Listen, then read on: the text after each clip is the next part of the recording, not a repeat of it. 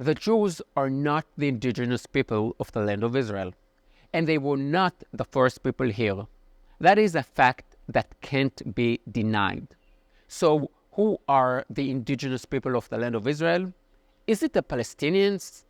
Well, no.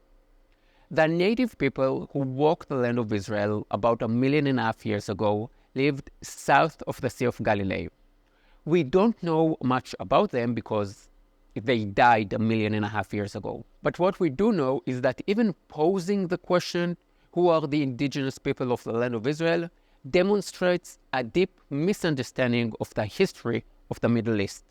The idea of indigenous people may be true of places like the Americas and Australia, where native people had lived for thousands of years before the European arrived in the 16th, 17th, and 18th centuries. This is not the case in the Middle East. And to just apply what you know of your own history to the rest of the world is a bit, well, ignorant. No offense. The land of Israel is and always was a corridor that many different peoples and empires passed along. Here is a quick history lesson. Before the State of Israel, there was the British Mandate. Before that, the Ottomans. Before them, the Mamluks, the Crusaders, the Muslim Caliphate, the Byzantine Empire, the Roman Empire, the Hashmonaean Jewish dynasty, the Greek, the Persians, the Babylonians, the Assyrians, the Kingdom of Israel, the Canaanites, the Egyptians, the ancient empires of Mesopotamia. People were living here in the Chalcolithic age and the Neolithic age. So please, tell me who are the indigenous people are. It is very simple. You can't. But, and this is a very big but, the group of people who had the strongest connection to this piece of land is the Jews. Very few people have such a strong and long-lasting connection to a piece of land as the Jews do to this one.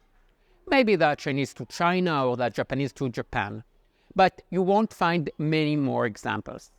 It starts with a name. We are called Jews because this area is called Judea. Self-explanatory. We are from here. The Arabs, by the way, are from Arabia, the area of Saudi Arabia. The Jewish religion even has a set of religious rules which date back thousands of years that apply only to the land of Israel. The first fruits are brought as an offering to the temple. The edges of the fields are not harvested and left for the poor. And every 7 years, the fields are given time to rest and all the crops are left for the poor. Now, I know that some pro-Palestinians would say that just because the Jews believe that God gave them the land, that doesn't mean the Jews can steal the land belonging to the Palestinians. First, please watch my videos about stealing land and genocide. The links are below. And second, whether you believe in God or not, whether you adhere to Judaism or Islam or Christianity, or whether you believe in nothing at all, none of that is relevant. What matters are the facts. Jerusalem was the capital of the Jews as far back as 3,000 years ago. That is a fact. The center of Jewish life, the temples, stood on the Temple Mount in Jerusalem. That is a fact. The Jews have always prayed towards Jerusalem. That is a fact. At every Jewish wedding over thousands of years, we have always mentioned Jerusalem. That is a fact. And only the Jews have this connection to Jerusalem and the land of Israel. The Muslims may turn their backs to Jerusalem when they pray towards Mecca, but Jews will never turn their back on Jerusalem. Jerusalem was never the capital of a Muslim empire, and Jerusalem was often a neglected city under Muslim rule. When was Jerusalem ever important to the Muslims? When they fought the Crusaders, the Christians, and now that they are fighting the Jews. Jerusalem has mostly been important to the Muslims when they have had to compete with another religion. Nothing makes a place holier than competition with another religion. And that is exactly why Jerusalem is important to the Muslims. I'm now going to say something very basic that is going to blow your mind. Jerusalem is not mentioned in the Quran. So if Jerusalem doesn't even get a mention, how did Jerusalem become such a holy place for the Muslims? Chapter 17 of the Quran talks about the night journey of Muhammad, and it says that he ascended to heaven from the furthest mosque, Al-Aqsa. It doesn't mention a specific location, and many Muslim scholars have suggested other locations. Some say that it is not an actual place, but just a metaphor. When the Muslims colonized the land of Israel in the 7th century and conquered Jerusalem, they went to the site where the temple of the Jews stood, the Temple Mount, and said, "Where the Jews had their temple, we will turn it into a place where Muhammad ascended to heaven, and the Jews will not be able to pray on their holiest site anymore."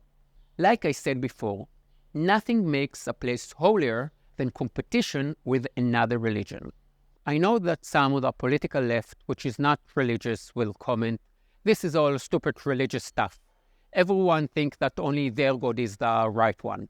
I mean, you can think whatever you want about God and religion. It is none of my business. But here I'm talking about history. Muslims, on the other hand, don't usually say that religion is stupid because they live in an extremely religious society. And talking that way against Islam in Muslim countries will result in your death. By the way, if you are looking for illogical things in this video, how about this? The link between the God-hating, gay-loving left and the gay-hating, God-loving Muslims. Anyway, in the Muslim world, since the 1980s, a new trend has been seeking to deny the fact that there was ever been a Jewish temple in Jerusalem. Because Muslim society is not really pro-democracy or pro-freedom of speech, especially when it comes to talking about religion, this denial of the existence of the Jewish temple in Jerusalem spreads like wildfire. I have two comments to make about it. The fact that the Jewish temple stood where the Dome of the Rock stands today was a fact that the Muslims had accepted for hundreds of years. In the 1960s, the Waqf itself, that is, the Muslim authorities themselves, even wrote as much. For hundreds of years, this was an accepted and established fact. But once Israel liberated the old city, the Muslims started to say, "No, you never had a temple here." The second thing to point out is the name of the area of the Temple Mount in Arabic, Beis el-Maqdas. What is the name of the temple in Hebrew? Beit HaMikdash. It is the same word, Beit HaMikdash and Beit el-Maqdas. So the Arab name for this part of Jerusalem is the temple. If you call a place the temple for hundreds of years and say that there was a Jewish temple, it might actually mean that there was a temple there. And I'm not even going into all the archaeological evidence and the Jewish and Christian sources. I'm looking at this purely from a Muslim point of view. So not only is the connection of the Jews to the land of Israel strong, but the connection of the Muslims and the Christians to the land of Israel is entirely based on that Jewish connection. This is an extremely important point that needs to be made. It is not as if a Jew, a Muslim, and a Christian just met up in Jerusalem and the Jews said, "Hey, this place is important to me." And then the Muslim and the Christian said, "It is important to us as well." No, the Jews had had a strong connection to the land of Israel for around 1,000 years. Then the Christians said, "Well, if this is important to you, then it must be important to us, because Jesus was one of you guys." And 600 years after that, the Muslims came along and said, "We are here to replace you both. So we are going to take your holy places and turn them into our holy places and just give them a new meaning." So let's sum it all up. Are the Jews the indigenous people of the land of Israel? No, but that's because there is no such thing. The land of Israel is not an island that had native people living on it. The land of Israel is a corridor connecting Africa, Asia, and Europe. It is a corridor that many empires travel along. The Greek, the Romans, the Assyrians, the Mongols, the Turks, the Egyptians, the Babylonians, the Muslim Caliphate, the French, but only the Jews and the Crusaders for a short period of time saw this corridor as their homeland. Are the stories in the Bible true? Maybe they are, maybe they aren't, and maybe some are and some aren't. That isn't really relevant when it comes to this video. What we know for sure is that the Jews had a kingdom here 2,700 years ago.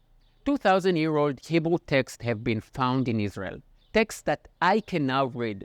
How many of you can read and understand 2,000-year-old texts that have been found in your area? Probably not too many of you.